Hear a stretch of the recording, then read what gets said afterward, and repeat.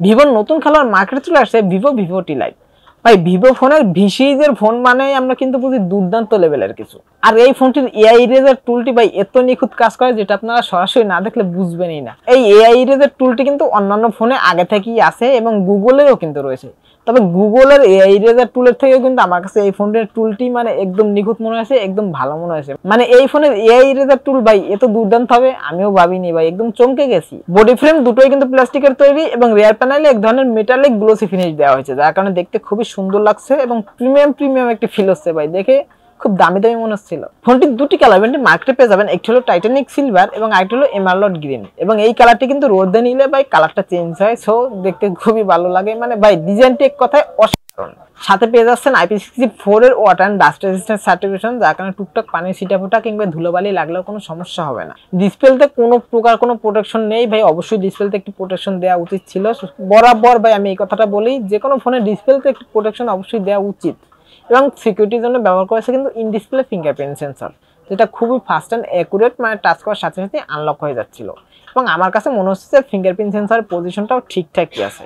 সাথে আরও রয়েছে 6.67 ইঞ্চি ডিসপ্লে, থিকনেস 7.95 মিলিমিটার এবং ওয়েট 190 গ্রাম। তবে ওয়েট 190 গ্রাম হওয়ার কারণে কিন্তু অন হ্যান্ড ফিল খুব সুন্দর পাবেন, মানে এই খাতে অনায়াসে ব্যবহার করতে পারবেন। অপারেটিং সিস্টেম হিসেবে রয়েছে অ্যান্ড্রয়েড 14 এবং ইউআই হিসেবে রয়েছে ফান্টাসিস 14 এবং সাথে কিন্তু আরও আপ টু 8GB পর্যন্ত ভার্চুয়াল র্যাম ব্যবহার করতে পারবেন। আপনারা সকলেই জানেন যে ভার্চুয়াল র্যামটা শুধুমাত্র গেমারদের প্রয়োজন হয়, মানে যারা নর্মাল ইউজ করে তাদের কোনো প্রয়োজন হয় না। ব্যাটারি সেকশন রয়েছে 5000 mAh একটি বড় ব্যাটারি এবং এটিকে চার্জ করার জন্য রয়েছে 80 ওয়াটের একটি ফ্ল্যাশ চার্জার। ভাই এই ফ্ল্যাশ চার্জার দিয়ে কিন্তু খুব দ্রুতই চার্জ করে ফেলতে পারবেন এবং এই ব্যাটারিকে ফুল চার্জ করে নর্মাল ইউজ করেন সেক্ষেত্রে 2 দিনের বেশি ব্যাকআপ পেয়ে যাবেন, মানে 2 থেকে 2.5 দিনের কাছাকাছি ব্যাকআপ পেয়ে যাবেন। এবং যদি হেভি ইউজ করেন, মানে একটানা গেম প্লে করেন অথবা একটানা মুভি দেখেন, সেক্ষেত্রে 8 ঘন্টার মতো ব্যাকআপ অনায়াসে পেয়ে যাবেন। পোর্শন বাটন নিয়ে কথা বলতে গেলে ফোনটি রাইট সাইডে রয়েছে একটি ভলিউম বাটন এবং একটি পাওয়ার অন বাটন এবং লেফট সাইডে কিছুই নেই। এবং উপরের দিকে রয়েছে একটি নয়েজ ক্যান্সেলেশন মাইক এবং নিচের দিকে রয়েছে main speaker, primary mic, USB type C charging port এবং একটি সিম ট্রে। তবে এই সিম ট্রেতে কিন্তু আপনারা দুটি সিমের পাশাপাশি একটি মেমোরি কার্ডও ব্যবহার করতে পারবেন। সো এজন্য কিন্তু ভিভো অবশ্যই একটি লাইক পায়, তো ভিভোকে তো লাইক দিতে পারবেন না, আমার ভিডিওতে একটি লাইক দিয়ে যাবেন। ফোনটির ডিসপ্লে সেকশন রয়েছে 6.67 ইঞ্চের একটি অ্যামোলেড প্যানেলের ডিসপ্লে, সাথে রয়েছে 120 Hz রিফ্রেশ রেট। ডিসপ্লের রেজোলিউশন হিসেবে রয়েছে 2400x1080 পিক্সেল এবং পিক্সেল ডেনসিটি হিসেবে রয়েছে 394 ppi। এবং চিন বেজেল নিয়ে কথা বলতে গেলে ভাই চিন বেজেল মোটামুটি ভালোই ন্যারো করা হয়, তবে চিন যদি আরেকটু ন্যারো করতে তাহলে আরো ভালো লাগতো। ডিসপ্লেটির উপর ঠিক সেন্টারে রয়েছে একটি মিডল কনসোল সেলফি ক্যামেরা এবং রিয়ার প্যানেলে রয়েছে ডুয়াল ক্যামেরা সেটআপ, যার মেইন শুটারটি 50 মেগাপিক্সেল একটি শুটার এবং সাথে রয়েছে 2 মেগাপিক্সেল একটি ডেপথ সেন্সর। তাই এখানে কিন্তু কোনো আলট্রা শুটার দেয়নি, একটি আলট্রা শুটার অবশ্যই দেওয়া উচিত ছিল। এবং ফ্রন্টে রয়েছে 32 মেগাপিক্সেল একটি সেলফি ক্যামেরা এবং এই ফোনটির রিয়ার ক্যামেরা মানে মেইন ক্যামেরা দিয়ে সর্বোচ্চ ভিডিও রেকর্ড করতে পারবেন 1080p 30 fps। ফোনটিতে ক্যামেরা 2 API রয়েছে, যার কারণে চাইলে ইন ফিউচারে জিক্যাম মানে ম্যানুয়াল ক্যামেরা ইউজ করতে পারবেন। তবে একটি কথা বলবো ভাই, এটি কিন্তু ভিভো V40 লাইট, মানে বাজেট সেন্ট্রিক একটি ফোন, একটু কমের দিকে আসে, প্রাইসটাও একটু কম।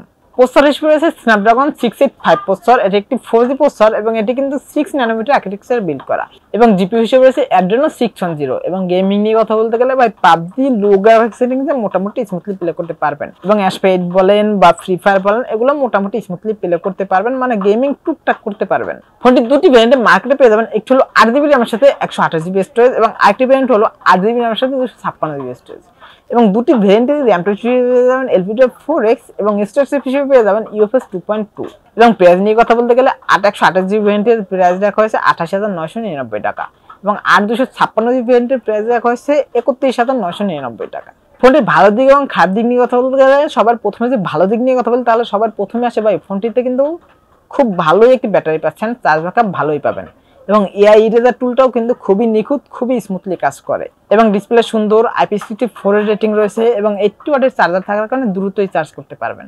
এবং খারাপ দিক নিয়ে কথা বলতে গেলে সবার প্রথমেই ভাই আলট্রা শুটার নেই, এটি দিলে অবশ্যই ভালো হতো এবং 4K নেই, 4K তে যদি ভিডিও রেকর্ড করতে পারতাম ভালো হতো এবং অন্য একটি প্রসেসর দিলে ভালো হতো এবং ওয়াইস সাপোর্ট নেই। সো আজকে ভিডিও ছিল এই পর্যন্তই, দেখাবেন নেক্সট কোনো ভিডিওতে।